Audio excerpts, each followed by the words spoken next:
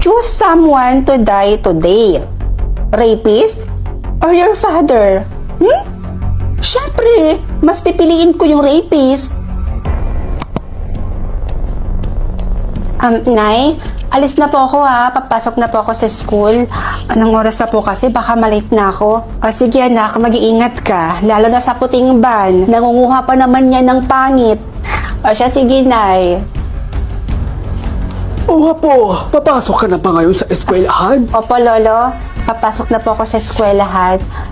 Ba't ngayon lang po kayo pumunta dito? Napadalaw yata kayo. Ay, mano po pala. Kaawaan ka ng Diyos. Nga pala apo, nasa bahay niyo ba ngayon yung nanay mo? Opo, nasa bahay lang si nanay nagpapahinga. Bakit po Lolo?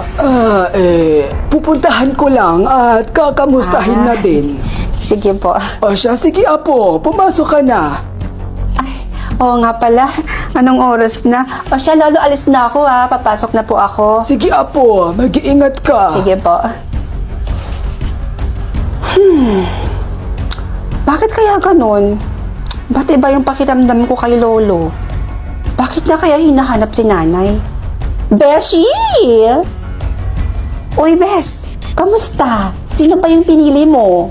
Yung sa akin kasi, Bes, piliin ko daw kung sino yung gusto kong mamatay ngayon.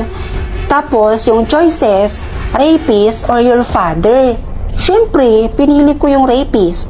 Dapat lang yung ginawa mo, Beshi. Kasi kahit papano, nabawasan naman dito sa mundo yung mga ganong klaseng tao. Kaya nga. Uy, Burikat. After ng class, gala tayo. Punta tayo sa mall. O sige, libre mo naman yan kaya go ako dyan. Sandali lang, Bes, ha? Sasagutin ko lang, tumatawag si nanay. O sige lang, Besh. O hello, Nay, napatawag po kayo. Anak, ang lolo mo. Umuwi ka dito ngayon, bilisan mo. Ano po? Emergency. Si Lolo? Ano po nangyari kay Lolo? Anak, Dasiga. Dasiga, umuwi ka na dito ngayon. O sige po, Nay. Sige po, uwi na po ako dyan ngayon. Besh, uwi mo na ako, ha? May emergency lang. Sige, Besh. Go lang, go. Ingat ka, ha? Sige. Nay, kamusta si Lolo? Ano po nangyari sa kanya? Anak, patay na ang lolo mo. Inatake siya sa puso. At may tao daw na pumili sa kanya para mamatay. Ha? Sino naman daw po yun? Inaalam pa ng mga pulis. Pero wag kang mag-alala, anak.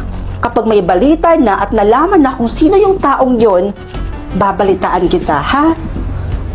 Sige po.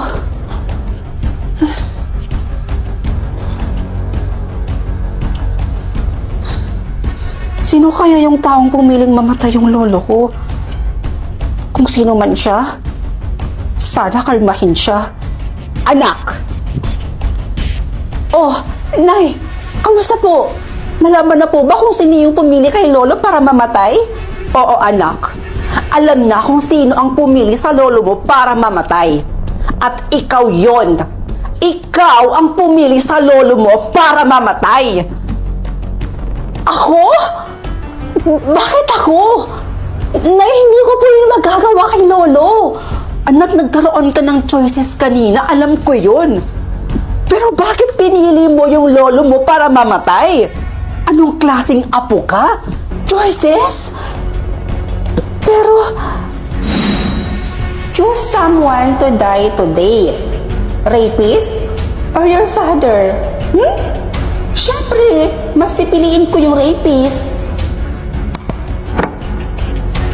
Nay, hindi po ako yung pumili kay Lolo.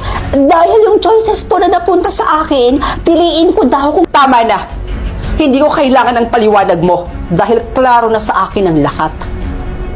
Wala kang kwentang apo. Nay!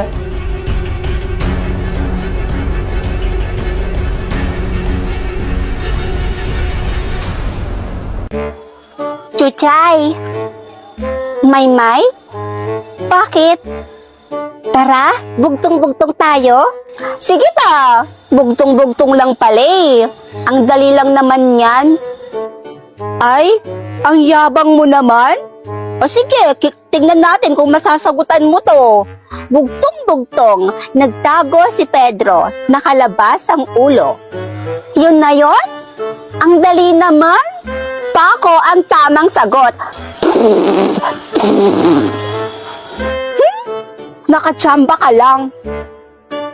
O, ako naman na, ako naman. Bugtong-bugtong, isang prinsesa nakaupo sa tasa. Eh di kasoy! Bleh! Siyempre, madali lang naman yan.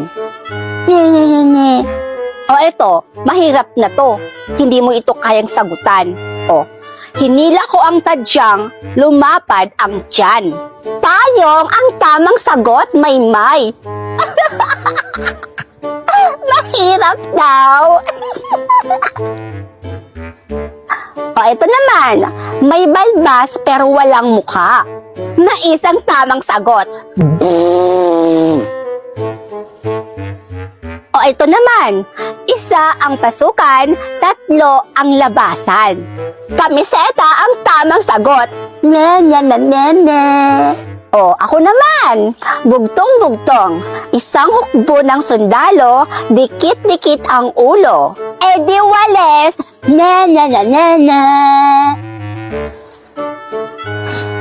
O, ito naman. Sagutan mo to. Alam ko naman hindi mo na ito kayang sagutan.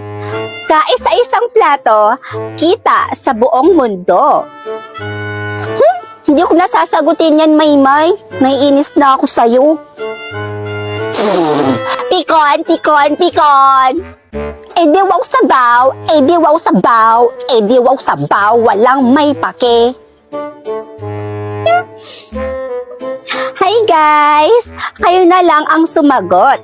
Ang makahula ng tamang sagot, bibigyan ko ng GCash. Ano? G ba kayo? Sagot na!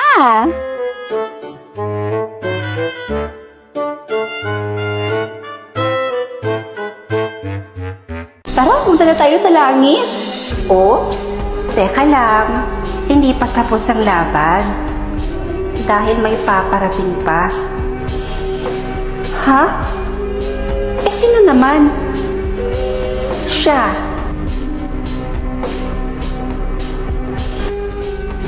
Part 2. Ha? Si Yaya? Imposible namang magtatagal yan sa puntod ko. Tingnan natin.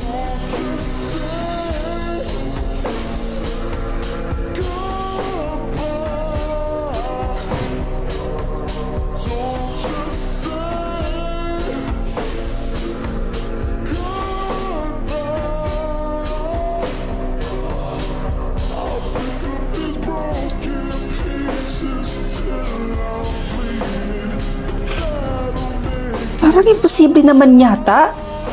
Si Yaya naman kasi eh. Ano to, matatalo pa ako? Hindi pa ako makakapunta ng langit? Yaya, umalis ka na. Sa ngayon, siya na ang may pinakamatagal. 3 hours and 32 minutes.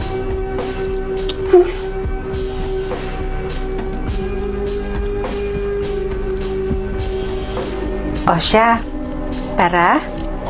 Naghihintay na ang liwanag sa atin. Ha? Eh di ba talo ako?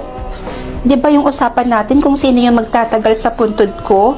Tapos yung hula ko yung mama ko? Oh, bakit ako mapupunta sa langit? Gusto mo malaman ng totoo? Halika, sumunod ka sa akin. Hi! Ano ba? Sagutin mo muna yung tanong ko. Gusto ko munang malaman yung sagot. Di ba talo ako? Di ba yung usapan natin, huhulaan ko kung sino yung magtatagal sa puntod ko. Tapos yung hula ko yung nanay ko.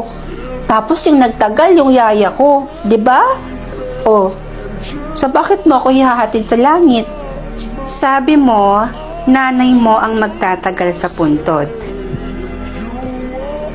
Tama ka. Yung babaeng nagtagal sa puntod mo kanina, siya ang tunay mong ina. At yon ang aking misyon bago kita samahan mapunta sa langit. Ayang malaman mo kung sino ang tunay mong ina.